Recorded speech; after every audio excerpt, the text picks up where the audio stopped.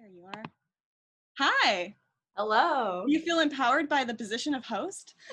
Yes. Little thing in the corner. You are the host now. You are the host now. You can do anything. It's all up to you. You can do anything with the show. All right. So, Emily, you do ocean-themed and environmental art.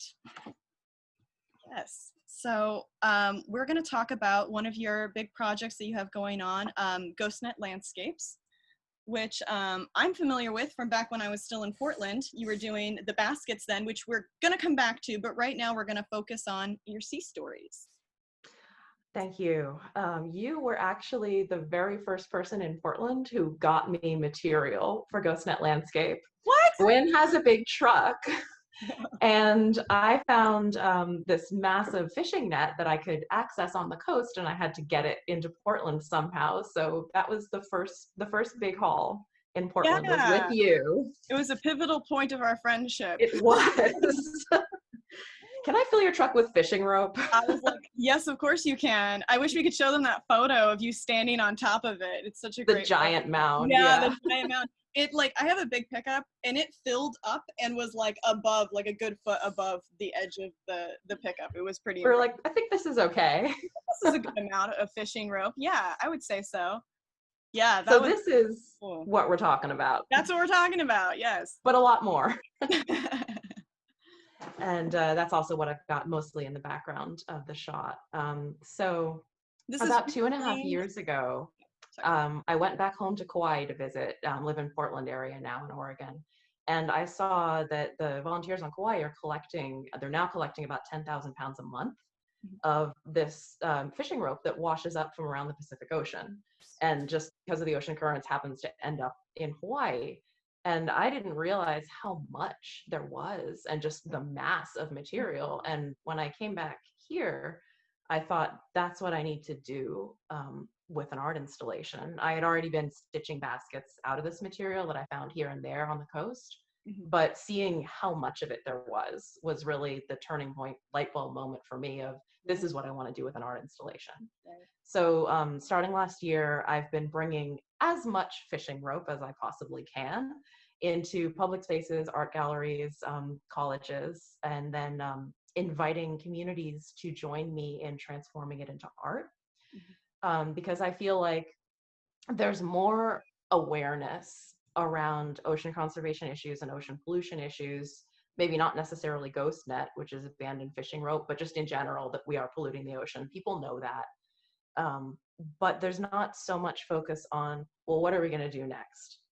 What are we going to do to advance this beyond a problem and start thinking of new creative solutions? Right. So that's where I just got the idea. Let's just bring this material in and let people who haven't experienced it get their hands into it and create sort of an open space for people to play and have new ideas and not feel like they have to come up with something, but just, let's just see what happens.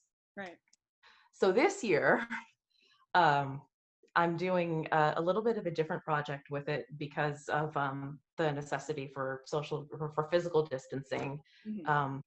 It's called Sea Stories, and it's actually been a great opportunity to make it more accessible because we're doing it as a distance project, and it's also going to be available fully online. So more people are going to get to see it than if it was just an in-person show in Portland. Right. So the basic idea with Sea Stories is you get a kit of GhostNet and reclaimed fishing rope. You make a puppet with it. You tell a puppet story, 2 minutes, 5-minute story, and you send it back to us. We film your puppet and story on this beautiful backdrop we're going to make out of GhostNet. And then it goes up on YouTube. It goes up on the project website. And it's also going to be broadcast in the physical exhibit we're doing in a window display in Portland. Nice. And I have a picture of some puppets that have been made. Let's see photo examples. Let's see if this works. Yes? Yes. I see a lion. These are the 3 puppets that I've gotten so far, and I gotta say, people have gone way beyond what I thought I was gonna get. So I had a couple people say, these are really intimidating, and I really hope that that's not what everybody thinks, because it can literally be anything. And just tell its quick story and send it in. And there's details about how to do all of those things on the project website. Oh, that's so exciting. I will put in the chat. That, so we'll have to add Oh, that cool. to the chat later. Okay. But yeah, definitely we'll put a link on there for the puppets. So that's such an amazing idea. I love the adaptations that you guys are, it's adapting to our current situation and coming up with a fun idea and a way to include people still, so you still get that hands-on experience with this interesting material.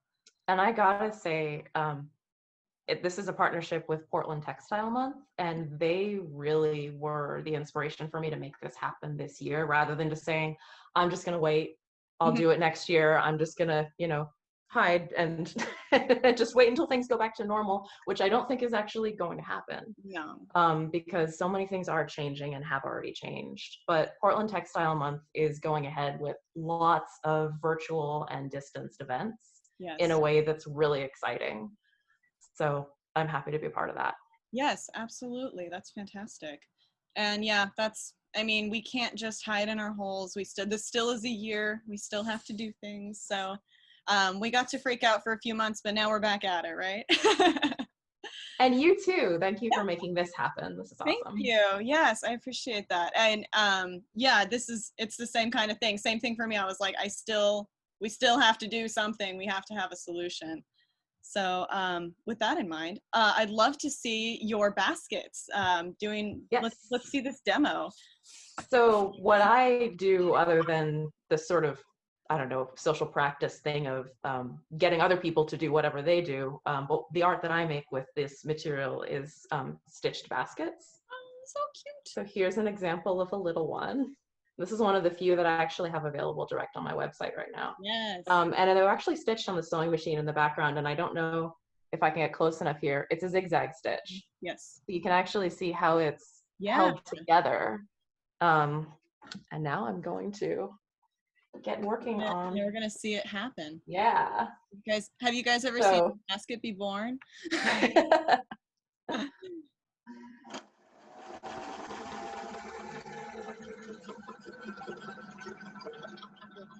You've really got like total technique here with holding this over your thumb as you go. Like this is 100 baskets born technique, right? Like how many baskets do you think you've made?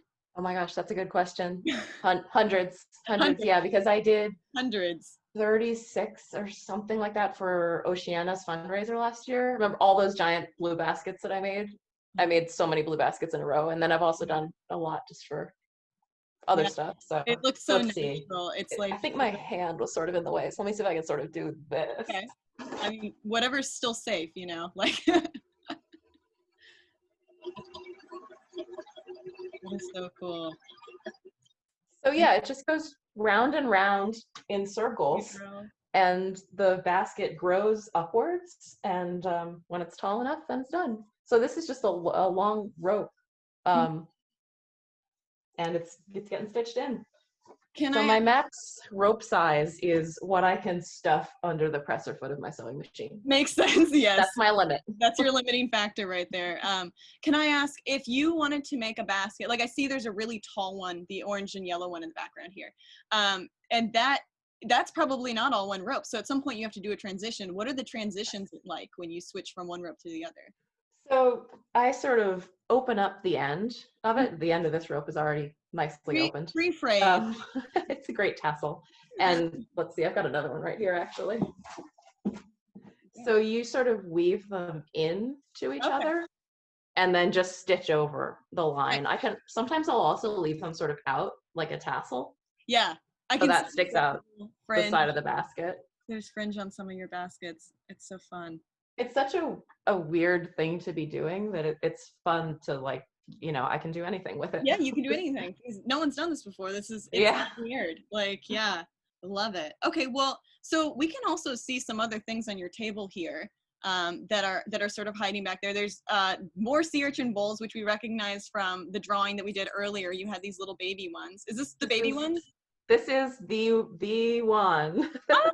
Oh, and I actually have one more of these on my website shop that's available right now in the aqua color, and I have more in white and black as well. Those are such a sweet little size.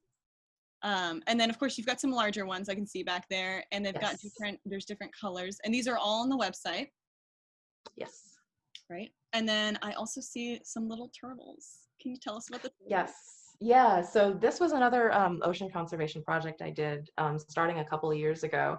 I made 100 of them to start with, and I've done it a couple of times now, so I've made several hundred of these. Clearly, I like making lots of things. Yes. And I made 100 after I read that most of the sea turtles that are hatching around the world are being born female, because sea turtles are reptiles, and the temperature of their incubation of their eggs determines whether they're male or female. So the sand is getting hotter, and now they're all female, which is bad news for the species 40 or 50 years from now, because it's such a long-term thing. Turtles live a long time, and they don't reach maturity for a long time. But just thinking about, okay, so in 50 years, we're going to think, oops, there's no more turtles because they can't reproduce. And I made 100 to sort of see, well, if 99%, which was the number, 99% are being born female now, only 1% is male coming out of major hatching sites. What does that look like? Yeah. Physically. So I sculpted 100 tiny turtles. And one of them was a different color to represent the male, which isn't real. Turtles are all the same color, males and females, but just to sort of see, what that was. So I've got them all, the ones that are left over still available. Are incredibly detailed little pieces of work too. Each one is different. They all have their own little unique personalities. Yes. How many, so you did, hundreds of these. How long does it take to make a single turtle? That is always a difficult question for me to answer for any of my work, because I tend to work in batches, like production batches. So I'll do like all the flippers and then all the eggs for, like 20 at a time or whatever. Right. Same with the bowls and the urchin bowls, and also the baskets. Yeah. How long to make one turtle? It's a lot of math. I'd say if I just had to sit down and make one from scratch, I could probably make 2 in a day, 3 maybe. I start with a bunch of, it's a 7-part mold. So I have like a separate mold for every flipper, and the top of the head and the bottom of the shell. So I have to put all those together. Right. Yeah, and then after that, you're making the little eggshell as well, which is made from a different type of clay than the turtle, right? Or is it the same clay, not glazed? Yes, yeah. So the egg is porcelain, and the turtles are stoneware. That's what I thought. Yeah, we talked about this a million years ago when we first met. When I moved to Portland, this is actually 2 years ago. Oh yeah, it feels like a million years ago. That's when I first met you. Yeah, it was. We met at, it was an open studio, just like this one, only in person, because that was back then. And yeah, I remember talking about the turtles and being blown away by the level of detail, the fact that you switch from stoneware to porcelain clay bodies, and how that really affects what you're holding in your hand. It's a shame that we can't pass these around, because they're so cool to see, just the way it feels so different from the turtle body to the turtle egg. It's beautiful. Thank you. Yeah. Thank you for mentioning that. That is something that I feel like is really important to a lot of my work, is the way it feels in your hands. The way it feels in your hands. I know. Yeah. And it's one of the kind of the sad things about what's going on now. But listen, people, if you want to hold one of these turtles in your hand, you can buy it, and then you get to hold it whenever you want. So that's the lesson to learn. The takeaway from today is you can always purchase it and find out what it feels like. All right, and then also I want to talk about your paintings. You've got a whole painting behind you. Yes, I also paint. I'm one of those artists who does all the things. Those are my favorite artists. Is the everything artist. Yeah, sometimes I think maybe my life would be easier if I was just a painter, or if I just made ghost knit baskets, and then I was like, no, I can't. I have to do it all. You're happier or more mentally okay. Yeah, I don't know about that. But yeah, so what are you've got 2 behind you right now.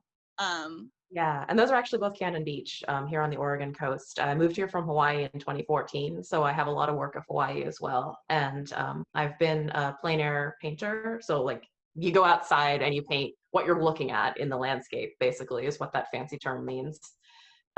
Since, oh my gosh, 2005, I think, when a friend of mine started, we started a group, to go out and paint together around the island. And when I moved here, it had been so much fun. It was such a great way to get out and experience nature. Because, you know, if you go somewhere and like just go through, like, this is a nice place. I visited Cannon Beach. It's really different than sitting down and painting it and studying it for a couple of hours. So most of the work I do is plein air. I do some studio work as well, but mostly it gets me out. That's amazing. Yeah. Okay. So the paintings are also on the site. So right now I'm posting in the chat. This is a link to Emily's shop where you can find turtles or urchin bowls and the paintings. And the ghost net baskets as well. And the ghost net baskets are on there as well. And the I would like, Emily, if you could do me a favor when you pop off, to add the link to the puppets, because I don't have that. I will. If you please post that for us. That'd be great. So people can get puppet kits and be part of this project. How cool is that? And so if you're in Portland, there's 3 locations in town that you can pick them up. And there's also a link on the project website that I will post to get one mailed to you. Get one mailed to you. Cool. That's so awesome. Okay, well, thank you so much for joining us, Emily. I really appreciate it. Thank you for doing this.